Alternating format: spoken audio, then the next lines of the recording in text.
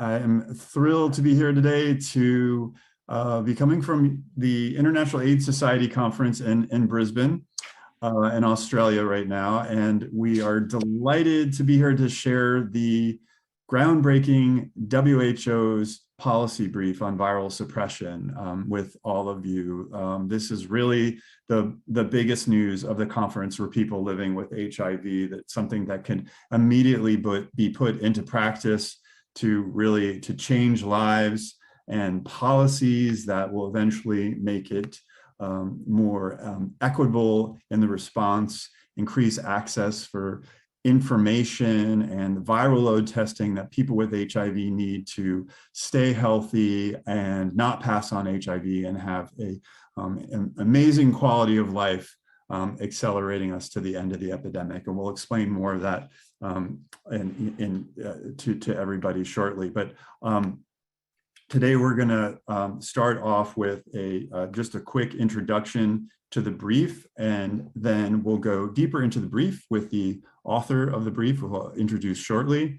Then we'll have our panelists from the community talk about their thoughts on the brief and give some responses. Then we'll go into a Q&A, and then we'll wrap up and talk about next steps for how we can make sure that this groundbreaking brief gets put into action for those of us living with HIV. I should introduce myself. My name is Bruce Richmond. I'm the founding executive director of the Prevention Access Campaign, which launched the U=U campaign, which is behind me right here. This is a campaign that started as a grassroots movement. Now it's a global mandate. It's grown to over 1,000 partners in 105 countries. U=U is now required as a core standard of PEPFAR countries and a program essential of all Global Fund countries. So it's something that's super important. We're really proud to be a part of it. And this brief is essential for starting to make U=U a reality for all people. So I'll just quickly go into what are some of the key takeaways of the brief, and then we'll go deeper into it with the author of the brief, who I will introduce in just a moment. So just three things you need to know for the brief, the three big takeaways. There's a lot more in the brief, but the main things are: first, the WHO is saying an undetectable viral load is zero risk. Now that's a big deal, because it's a huge deal. It's the first time that any global major public health institution, let alone the world's public health institution, is saying zero risk. That's very different from saying can't pass on or even untransmittable. Zero is zero. There's no ambiguity with zero. And that's really going to help so many of us who are out there advocating to get this message out.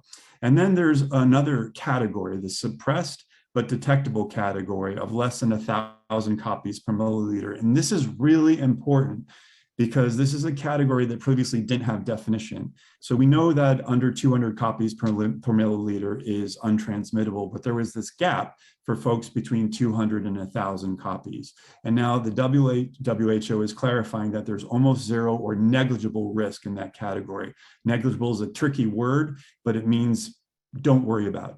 It's so insignificant, it's not worth taking into consideration. So that's really exciting for millions of people that are in that level of viral load or experiencing that level, where we can be able to give them more comfort. Now, the ultimate goal is to get to undetectable, as the author of the brief will mention shortly. But folks in this category should be able to know, am I going to pass on HIV to my partner? What are the chances? And we need to make that information clear to everyone. And then finally, the big deal is also that now, previously an undetectable viral load was measured by under 50 copies per milliliter, according to the WHO. Now, the WHO is saying, based on a systemic literature review and the science, that the undetectable viral load can be determined by any tests, so including more scalable dried blood spot tests. So now countries have more choices to confirm an undetectable viral load or any of the other categories of viral load, which the author will go into shortly. So those are really the takeaways. And now I'm really delighted to introduce you to the author of the brief. Let me just make sure she is here. I had the pleasure of working with her in providing a lot of community support of input.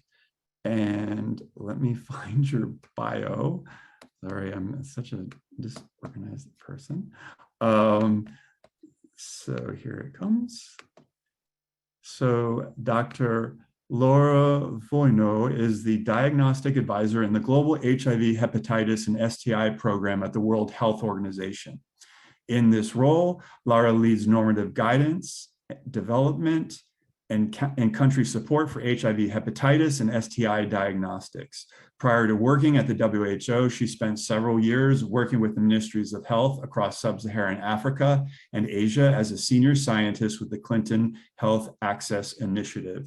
Lara is my Shiro of the Year. Really thrilled to introduce you to her, and please take it away, Lara, and dive into this incredible brief. Over to you. Thank you. Wonderful. Thank you, Bruce. You can hear me. You can see me okay. So far, so good. Yes, we can. Yes. Great. And hopefully now you can even see my slides. Yes. Thanks, Solange. Wonderful. So I really appreciate the opportunity to join you all today to talk to you about what we think is really an important message, an important policy brief for us. We've gotten a lot of excitement this week in Brisbane, and we're really hopeful that this is just the start of something really, really great. So today I want to talk about a policy brief that we launched earlier this week entitled The Role of HIV Viral Suppression in Improving Individual Health and Reducing Transmission. So in 2020, we started to, and we do this relatively routinely, where we want to reflect on the current guidelines we have, on the current suggestions and guidance that we provide, and understand whether it's still relevant. And in 2020, we took a nice little deep dive into our treatment monitoring algorithm and wanted to think about a few different things. One of those pieces was we commissioned a series of systematic reviews to really try to understand lower limits or lower levels of viremia and how they affected and impacted both individual health and transmission. One of those reviews has been published in The Lancet, and it was published in The Lancet just about 5 days ago now, and happy to share with all of you. I've included the reference below. The Lancet systematic review looked at the risk of sexual transmission when people living with HIV have lower viral loads. This systematic review included about 8 studies and over 7,700 serodiscordant couples. 3 of the studies within this systematic review showed no HIV transmission when the person living with HIV had a viral load less than 200 copies per ml. And this included the studies such as the HPTN 052 that you likely know well. In fact, most of the transmission events that were observed across those 3 studies had a viral load of well above 30,000 copies per ml. There are an additional 4 prospective studies where we saw over 300 transmission events, but none were in people living with HIV who were considered stably suppressed on ART. Amongst all the studies, and keep in mind again, this is 7,700 serodiscordant couples, there were 2 potential cases of transmission when the person living with HIV's most recent viral load was less than 1,000 copies per ml. In one case, it was about 700 copies per ml, and in another case, it was about 850 copies per ml. However, and I really want to note this and keep this in mind for everyone, both of those cases, the viral load test was taken more than 50 days before the transmission event, which to us and an entire expert consultation felt that really cast significant doubt as to whether those are the true viral loads of the people living with HIV at the time of transmission. And it's likely, and the group felt very likely, that the viral load of the index case was likely higher than 1,000 copies per ml by the transmission event. Unfortunately, to date, we haven't seen or identified a lot of studies that have looked at HIV transmission through the sharing of injected drug use equipment. Within our processes within WHO, we obviously rely heavily on evidence. And so the systematic review was a key piece of evidence that we really wanted to think about. But within the efforts, we convened a group of experts to think about the benefits of the evidence, any potential harms that could come of them. We wanted to also think about the impact of some of the positive messaging that we thought could come out of the evidence around the systematic reviews, and reflect on the ongoing challenges that people living with HIV have with regards to stigma, discrimination, and criminalization. So what we did within those expert consultations was we reflected on the evidence and all of these additional components, and then thought about how could we formulate some guidance and key messages across the spectrum of the HIV response. So that included civil society, it included health providers, clinicians, academics, policymakers, implementing entities, et cetera, to develop a message and a policy brief that could be well understood across the board, but also include some of the key messages that were evidence-based. And that is the result of our the policy brief, in fact, is a result of that process. Some of the key pieces and the overarching theme of the policy brief is really about thinking about clear celebratory messaging for people living with HIV. And we thought about that by providing or suggesting 3 categories of viral load levels. The first category in green at the top is an undetectable viral load. We're redefining that now to mean a viral load that's not detected by the test or sample type used. That means there's no measurable virus. For people living with HIV who have an undetectable viral load, we are very comfortable, based on the Lancet review, to say that they have 0 risk of transmission to their sexual partners and minimal risk of mother-to-child transmission. Again, I think we think it's really important to clarify and be clear that people living with HIV who have an undetectable viral load have 0 risk of transmission to their sexual partner. The next category is the suppressed category, and we define this as being detected, but equal to or less than 1,000 copies per ml. There's some virus replicating and present. It could be due to missing doses, and of course, that's potentially an adherence issue, but also potentially a stockout issue, a number of issues that could happen within the system to prevent people living with HIV to continue their medication, recent treatment initiation, or drug resistance. When a person living with HIV has a suppressed viral load, we are saying that they have almost 0 or negligible risk of transmission to their sexual partners. Then finally, there's the unsuppressed category. That means you have a viral load that's greater than 1,000 copies per ml. There's significant virus replicating and present, again, could be due to missing doses, recent treatment initiation, or drug resistance. People living with HIV who have an unsuppressed viral load are at increased risk of falling ill and or passing the virus on to their sexual partners or children. I want to note that the only reason that the suppressed category is in the yellow or amber or cautionary color has nothing to do with the transmission risk and only to do with the fact that we don't currently know what the risk of having a suppressed viral load is on individual health of people living with HIV, particularly as countries are significantly and quickly scaling up optimized triple dolutegravir-based treatment. There's still an evidence gap in understanding whether that means anything for their own individual health. We want to clarify and make it very bold and clear that the ultimate goal, of course, of all people living with HIV is to reach and sustain an undetectable viral load, but at the same time really highlight that people living with HIV who have an undetectable or suppressed viral load should be celebrated for reaching those pieces, understand, and be provided with the information on their almost 0 risk for those who have a suppressed viral load or 0 risk of transmission for those who have an undetectable viral load to their sexual partner. Another key piece that we felt was important to include is particularly when we think about some of the stigma, discrimination, and criminalization of people living with HIV, is to highlight that really the majority of people living with HIV are not at risk of sexually transmitting the virus.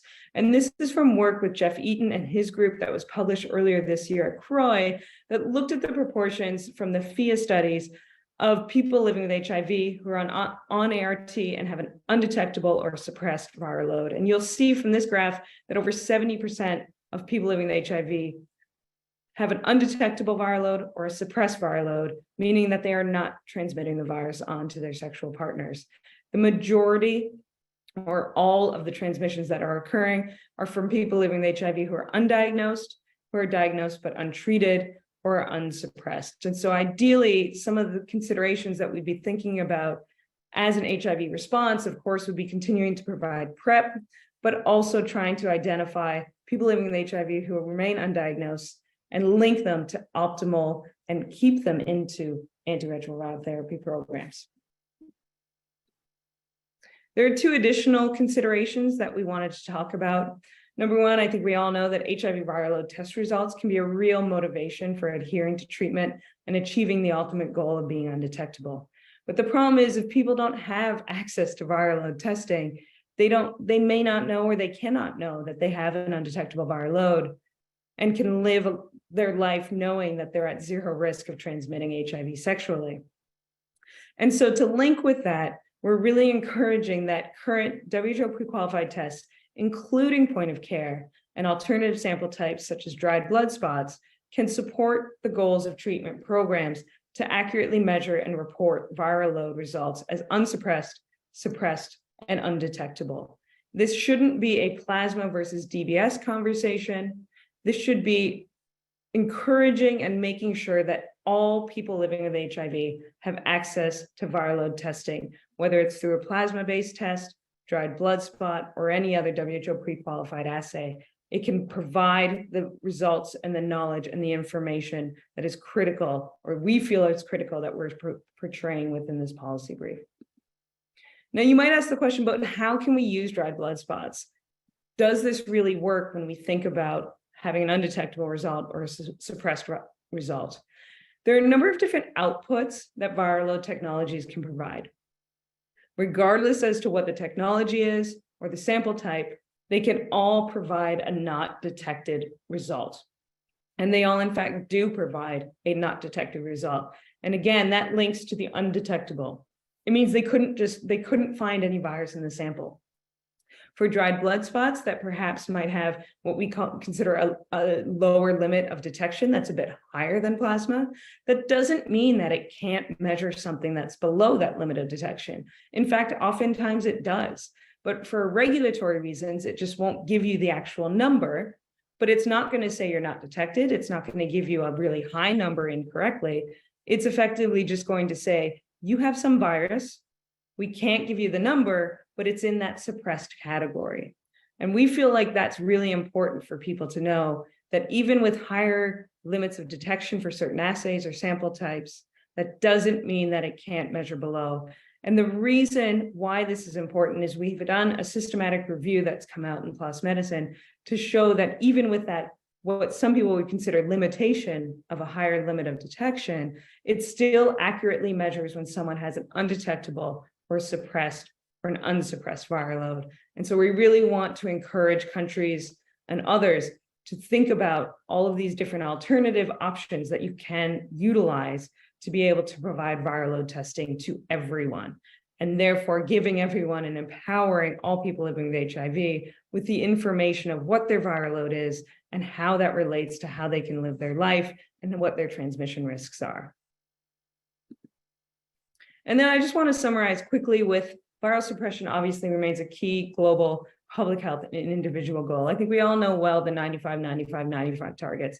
Of course, in order to start thinking about or continue to think about reducing transmissions, we need more people to know their HIV status, linking them to optimal ART care and retaining them.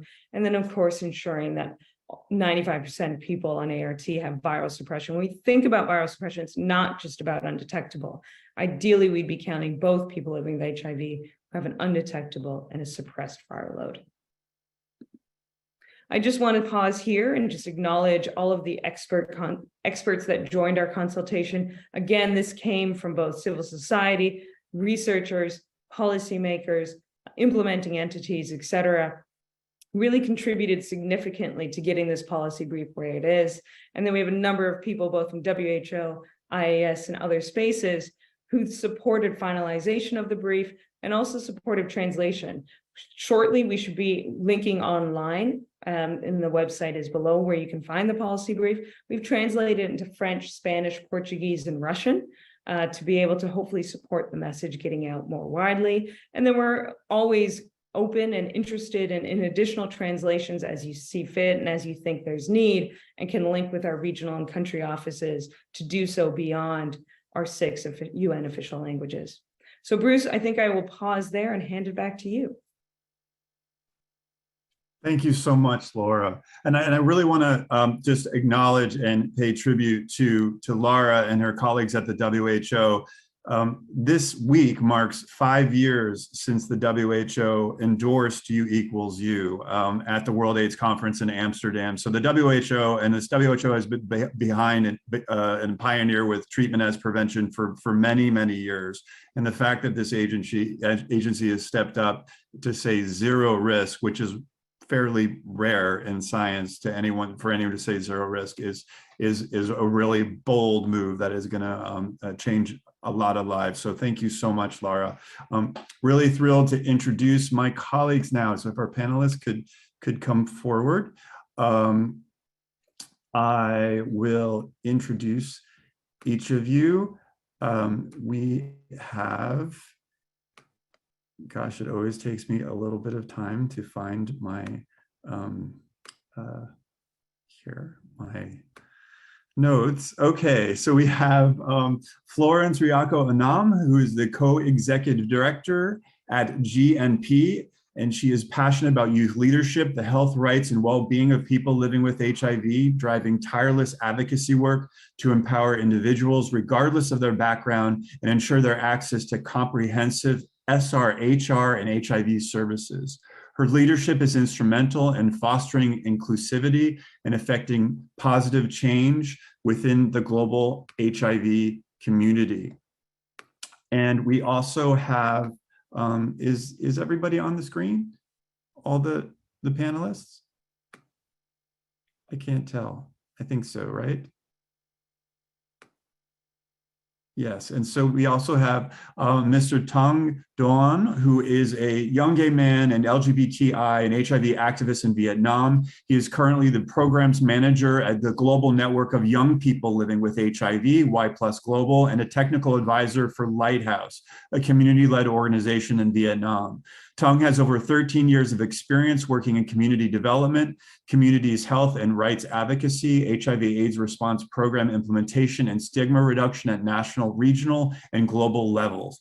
We also have Solange, Baptiste, who is the executive director of the International Treatment Preparedness Coalition, ITPC Global. Solange has over 17 years of global program management and advocacy experience and specializes in monitoring and evaluation.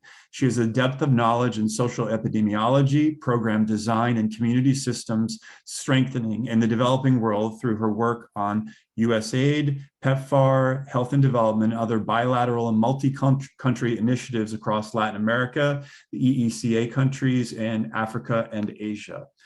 So thanks everyone for being here. We're going to go around and ask for your feedback on the brief. What were your perceptions and from your unique perspectives and the communities that you serve? So we'd love to start first with Florence. What were your thoughts on the brief? Look forward to hearing from you. I will respond to the question you asked me, which is around my thoughts around viral load access, importance of guidance on clear messaging, and including how the clear language in the brief can support in ending HIV transmission more broadly. I'm excited to join you all and scream, say zero. It's a shame I'm not in Brisbane with you, but I will keep saying these words and they give me so much joy. People living with HIV continue to experience profound levels of stigma, discrimination, and criminalization because of the language of risk of transmission. Words shape our experiences. They define who we are. The language of risks around the lives of people living with HIV, and particularly the bodies of women living with HIV, have reinforced stigma, oppression, violence, and discrimination. What this has led to and continues to lead to is shame and continued barriers to accessing HIV prevention and treatment information and tools that people living with HIV need to live quality lives and prevent transmission to partners and children. We heard from Lara right now with clarity that gives me so much joy, that this WHO viral load policy brief recommends the use of zero risk by health providers describing sexual transmission risk when undetectable and taking treatment as prescribed by the doctor, and minimal risk from mother to child. The WHO is not only reaffirming the language that we have been speaking for eons, undetectable equals untransmittable, but they're also saying zero risk. This is the world's largest public health institution. This is a big deal. I echo your words, Bruce. It's stronger language than U equals U, and we must begin to use this language to motivate amongst us how we can get more people on treatment, get people adherent to treatment, and live quality lives. We all know that language matters.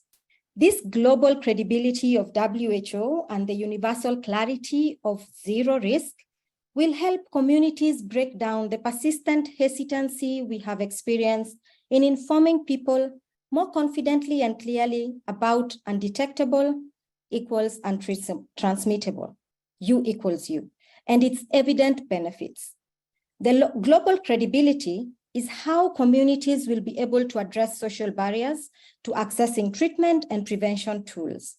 We now have more force and credibility of science with this policy for defense in criminal proceedings and a scientific foundation for the modernization of criminalization laws against people living with HIV.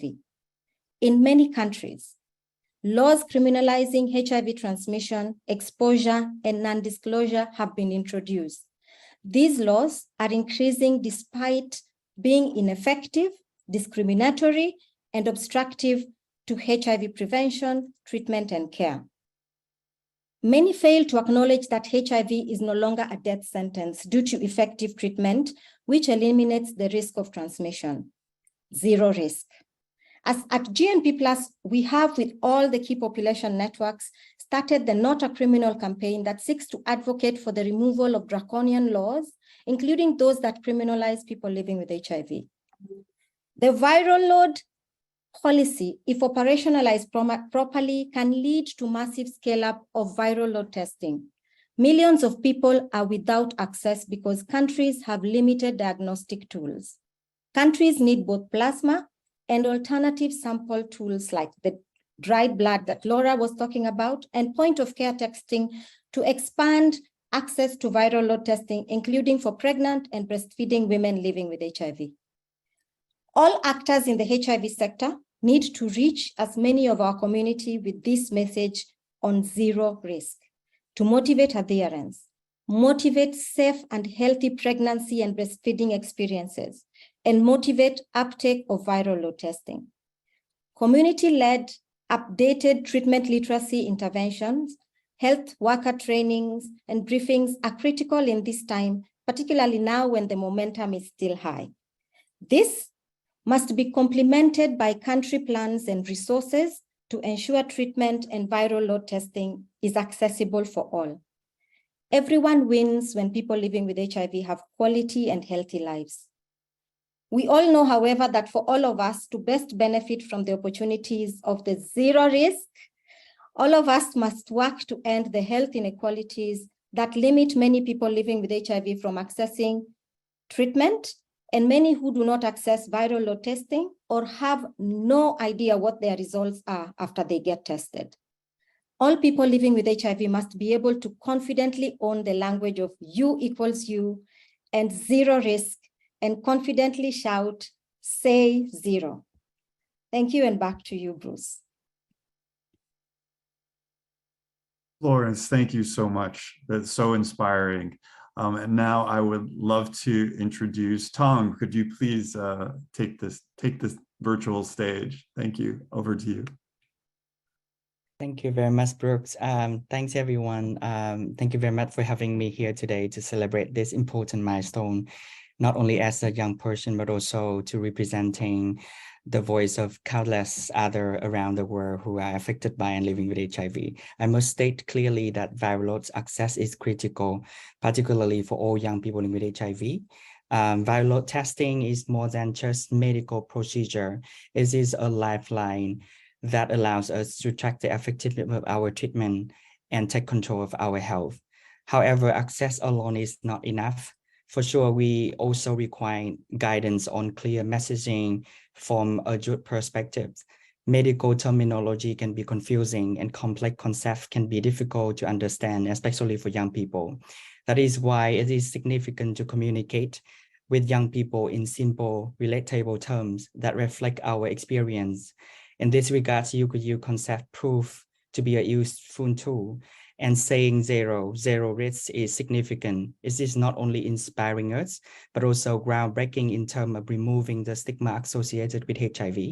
We can raise awareness about important viral tests and you could use among people who are affected and living with HIV to make sure that we can make informed decisions about accessing to the services in a timely manner and treatment plans and protecting our health, allowing us to live full and healthy life. We also need to educate health providers, policymakers, and the general public through advocacy and education. We have the opportunity to challenge the stereotypes that have afflicted our community for far too long.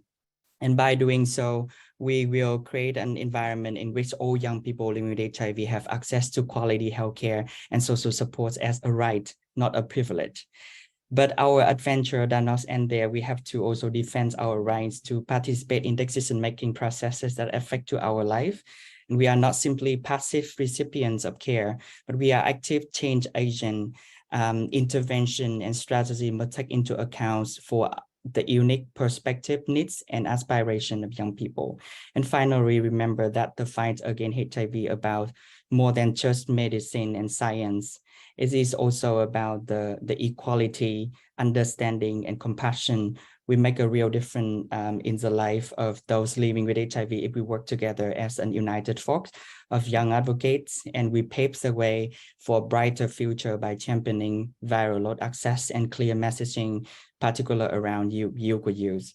We have got powerful tool and enough by mouth commitments. And this is now time to take real action that led by young people to create an HIV-free generation. So that is what I thought and my reflection from the WHO new brief, policy brief. Thank you, Brooke. Thank you so much, Tung. And it is time to take real action. And we're excited to be working with you. I'm going to pass this over now to Solange. Thank you very much. I don't think I have much to add to what has already been said, so I will be as brief as possible. I'm happy to see that the brief is brief. Let's start with that. We have too many long papers that are complicated, and I think that this brief is very well written. It's clear with simple language, and the messaging is as plain as day, and the importance of saying zero, as Florence said, is really critical. It's all about improving the health and quality of life for people living with HIV. And I think it was you, Bruce, who said, that there is no more important news at this conference that is immediately impactful for people living with HIV. So this is truly groundbreaking, and I'm excited, I'm thrilled. My excitement is only tempered by my own understanding of the realities on the ground of how implementation actually takes place at a country level, at a site level, at a clinic. And we're well aware that even the best policies without, adequate dissemination, political will, buy-in from communities, healthcare providers, across funders, across donors, that, implementation gaps, without those things, implementation gaps will be guaranteed. So we need to be sure that we are speaking with one voice and really paying attention to what this looks like in terms of operationalization. I think I worry about the policy implementation gap, but I think we can overcome that once we have the kind of excitement and understanding that has been generated from the ground up from people who understand the implications for their own lives and be able to, generate that demand. that is needed for this groundbreaking brief that gives clear explanation of what their results mean. I also just, the things that come to mind are around obviously access to viral load testing, finally, like no more debate between DBS versus plasma. We just need everything that can help people know what's going on with the medicine that they've been taking and if it's working in their bodies. So we are clear now what those results should mean, which means then that we need to make sure that people have access to viral load testing and the results, and those results then need to actually come in time for them to make decisions with their clinician about their own health. So I'll stop there and maybe let us move more into discussion, but I am excited and truly thrilled by what this brief has to say. Thanks. Thanks so much, Solange. I'm going to bring Lara back so that everybody's on screen and we can have some interaction and some questions. First, Lara, I wanted to ask you. There's the agencies have different definitions of viral suppression. PEPFAR's definition of viral suppression is less than 50 copies per milliliter, and the CDC in the United States defines it as under 200. So why is there this discrepancy, and what can be done about that? So it's a good question. I mean, why is there discrepancy? It could be a million different reasons, but I think the most important thing is the second part of your question is what can we do about it? I think from our end, it's let's clarify these definitions, let's standardize it, let's just make it as clear as what we've tried to do in the policy brief, so that, you know, those who have an undetectable viral load, it's very clear they have zero risk. And then there's the category around the suppressed piece where they have it detected, but less than 1,000 copies per ml, and they have almost zero risk. And I think, you know, from this brief, we can now sit down with PEPFAR, with Global Fund, and with others, and really streamline those definitions across the board.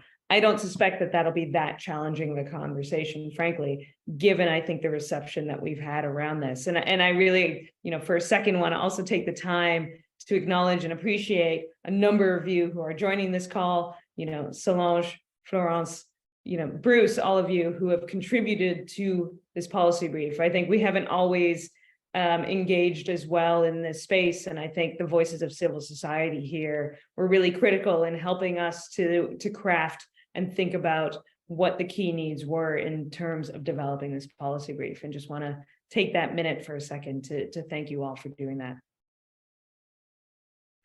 Thank you, Lara. Thanks for that. And I think I noticed, I don't know if Tung is on the video. I just got a message just to make sure that he's available here too. Okay, great. Then a question for Florence. So why is there still resistance to telling people with HIV the truth about our bodies? We know that when people with HIV are informed by their providers about U equals U, people living with HIV have better health outcomes, better sexual health, mental health, overall health, adherence, viral suppression rates, quality of life, comfort sharing status, with all these benefits. So why isn't everyone being informed, and what can we do so that, as you said earlier, that this information isn't privileged? I think one critical thing has been, there's not been actual clarity on how much zero the risk is with U equals U. So undetectable equals transmittable, but the previous guidelines didn't quite give, I think, particularly communities, that confidence that we are getting now with this updated viral load brief. So this is clear. We know it's zero risk. Language does really matter. And when there is opportunities to water down what actually is with the language that is presented, particularly in policies, countries and people usually use that to, you know, stamp on their biases and stamp on whatever aspects or prejudices they have against people living with HIV. So I think one of the greatest challenges and the pushback has been the concern on the confidence of how much untransmittable is when one is undetectable, because that was not very clear. It is clear now. There's also been a lot of confusion among certain populations in communities around the language of undetectable and suppressed. So what's undetectable, what's suppressed? And I think this viral load makes that very, very clear. And also, I loved how Lara in her presentation stops to actually clarify that on the suppressed, the actual amber button is not necessarily on risk of transmission, but it's actually on lack of understanding of what it means for quality of life. So these kind of conversations have not been existing.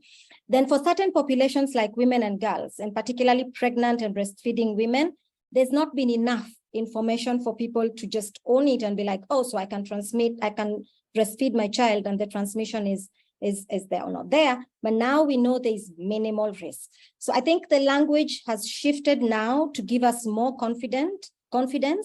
The clear celebratory language is not only celebratory, but it also is empowering. And we need to understand that the language of you equals you is really empowering, not only for motivating treatment, adherence, etc., but for changing the narrative around risks for our bodies and our lives. So that means for us empowering ourselves as people living with HIV in how we look at ourselves and how we value ourselves. And so this is an opportunity right now that I really do hope we will get support from partners, from WHO to take on to the ground in different languages that we best understand, so that as many of us as possible find the confidence we need to uptake and adhere to treatment. Thanks. Absolutely. Thank you, Florence. And Solange, so we taking this from the sort of the country and government level down to what can communities and healthcare providers do to make this a reality?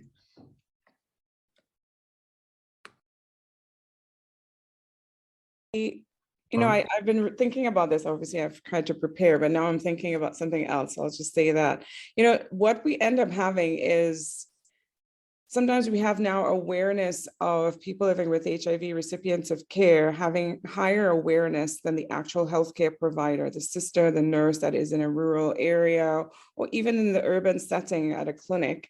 And you have these very interesting power dynamics where they know what the policy brief is, or they're on this webinar and they're going to spread the word. And they're now having to navigate this power dynamic with a healthcare provider who is supposedly, you know, telling them what they should do or not do with their bodies. So I think it's really an interesting thing now to see how this will play out at country level and at a very local level.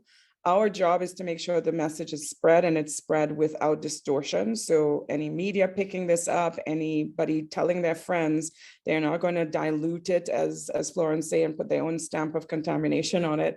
It's really just what it says. It says zero risk, and it has the amber. There's very clear slides from Lara that we can take up and we can try to change into different languages and make sure that it's messaging that resonates with communities and it's tailored to their context.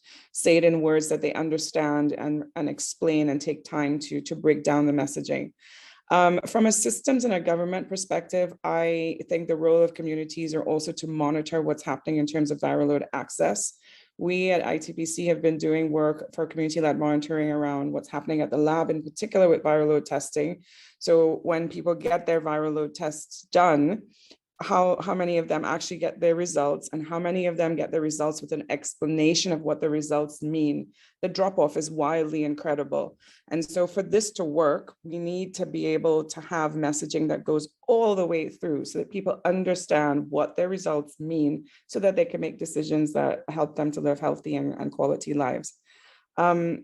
And I do just want to say, just because it's on the top of my mind, is like the messaging also cannot compete with CD4 testing. So we used to have a lot of confusion. One minute you didn't need CD4, next minute you needed CD4, now you need both. Now we're thinking about advanced HIV disease, which is the same word for AIDS. What does it all mean? And so we need to have clear messaging that combines all of this so that a person living with HIV knows what they should be asking for at any point of time in terms of their health journey. yeah, I'll pause there. Thanks. Thank you, Solange. And Tung, AIDS is still the leading cause of death among young people in Africa. This is shocking, and the leading cause of death of women in Africa.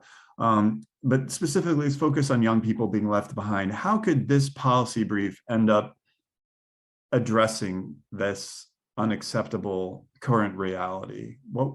How does that how is it put into practice to help young people in the response? Thank you very much for bringing the light an urgent and unacceptable reality. Young people are being left behind, and AIDS remains the leading cause of death among the African youth. But let us not be discouraged by these challenges. We should see it as an opportunity for collective action and change. The information presented in this policy brief is a game changer for, I think, 3 key points that can drive impactful action. WHO recommendation to use zero risk is really important. The endorsement of this is not only helps to strengthen the confidence of people living with HIV, but also globally influencing health entity lens credibility, allowing healthcare professionals to confidently communicate about use zero risk without hesitation.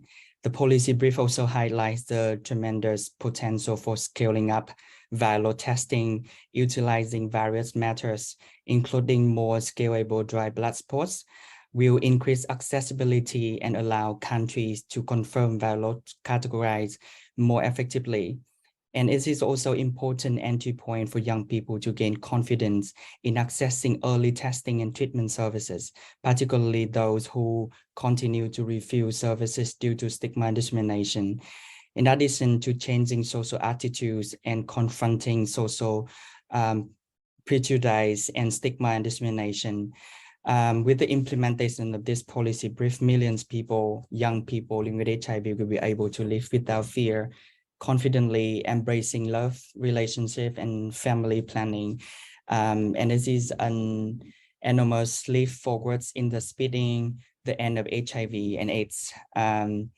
So we, Global Network of Young People living with HIV, we will certainly unpack this policy brief to a youth-friendly language materials to ensure that young people can fully understand and also to have better and adequate information about this, and use this important scientific information to share and educate to, service provider, healthcare provider, to make sure that they communicate adequately and, sufficiently with the community, and also to improve the quality of services as well, and to advocate for the policy, to better policy, make sure that everybody can access to the viral testing, particular for young people. And I think the last words we call for all of us to act together and stronger now to press, to say zero, and also to spread the message and make sure that community can access to this important information, and also advocate for a better policy to make sure that everybody can access to viral test. Thank you, Tung, and I think that, and thanks to all the panelists for answering the questions. We're going to have a couple of minutes to answer questions from the audience, if there are any. There actually were there was one question that really has kind of been already answered by the panelists, is how are we going to get this out, outside of the HIV field? How are we going to get this to the broader, public? And, and I think folks were saying that this is really up to all of us as our agencies, agencies I'm with Prevention Access Campaign, we have GNP, we have Y+, we have ITPC Global, and then we have the Viral Load Testing Access Coalition that we're all members of, and have founded this coalition together to really take, to make sure viral load testing access is accessible to all. And this brief is really our first really big dive in together. And we can translate this brief for the communities that we serve in the various ways. But if there's any questions, please put them in the question and answer section. Arda made a really good comment that he will be translating this into Turkish and sending it to relevant people in his country. And I think, you know, all of us of advocates who are on this call and through our vast networks that all of us have an opportunity to share this brief and really get it to stakeholders at home. Solange, you had a question or an answer, go for it. It was just a small comment. I just figured that we should make sure that say yes and the green, amber, red is not used to stigmatize folks who are not achieving those colors or those status in terms of their viral load testing results, because I think we've learned enough across the years to kind of think as much as we can ahead of the unintended consequences of some of the most noble actions that we have in the HIV space. And I think we just need to put that out there. And I think it's top of mind in some of the conversations we've had before, but just wanted to say it in this webinar that we want to make sure that this is set as a continuous journey of health. And this is not to be stigmatizing someone who has not achieved a green light in terms of their results. If only it was that simple, you get your results with colors, but yeah. No, absolutely. And I think that when we launched the U=U campaign, a really important part of this is to, when we speak clearly, confidently, consistently about it, but also consciously to understand that many people are not able to get to an undetectable viral load sometimes by choice, but very often by circumstances outside of their control, and that we need to acknowledge that and also make sure that we're working and in our advocacy to see what those barriers might be. How can we remove those barriers so that U=U or getting to a suppressed but detectable viral load can be a reality for everyone. And we can actually use this science in our advocacy for access to treatment.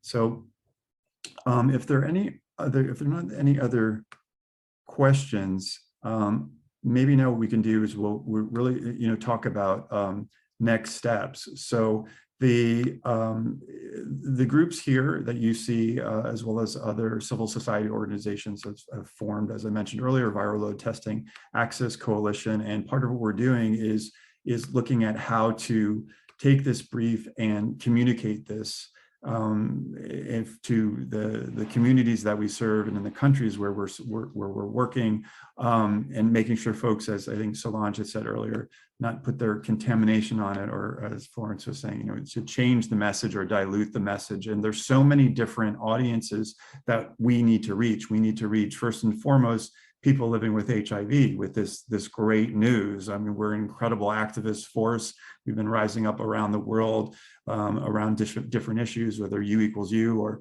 criminalization, or and we need to reach healthcare professionals. We need to reach ministries of health so they know how and push on changing policies. We need to make sure that the global agencies like PEPFAR and the Global Fund are aware of this brief and the implications for viral load testing around the brief. And we all have an opportunity to create tools from this brief, communication tools to, how do you, communicating zero is pretty easy. Zero is zero in every language. But creating tools to communicate almost zero and negligible risk, right? There's a whole other area and millions of people that need to be informed about this next category. And so I hope organizations that are on here will start developing proposals and seeking funding to do these projects and developing consortiums. We're working now with a couple of consortiums to get this, to develop tools, to develop a cartoon that should be coming up soon.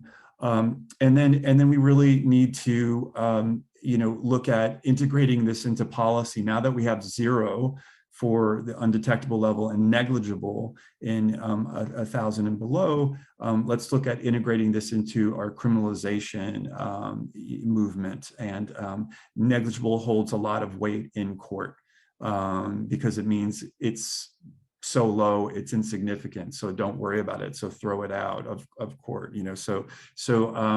but then, really make sure that our we're looking at, as Solange was saying, the implementation process on the ground, turnaround time, and training folks on how to communicate the results. So there's a lot happening here. We're aiming towards building the movement around this and launching around ICASA. So building a real movement around viral load testing. And I think it would be really important to connect with any of us on this call. We'll be sending out the slides after this and contact information. We're all members of the Viral Load Testing Access Coalition. And our goal is to make sure that viral load testing is accessible, affordable, and or free for everyone, and equitable. And we will be sure to give you our, to engage you. So this is a movement. It's gonna be many years before this brief is going to be fully operationalized around the world. But right now, what we can do is make sure people know zero risk. That's pretty easy to get across. Zero risk, say zero, share it with the communities that you serve, and please join us as we put this brief into operation. I think we're at the end of the session. That was a really fast hour. Thank you to these incredible colleagues and friends on this call. This is just beginning, and thanks so much for the attendees. We look forward to more webinars and going deeper into all more aspects of this phenomenal brief. Thanks, everybody. Thank you. And thank you all. Thank you so much.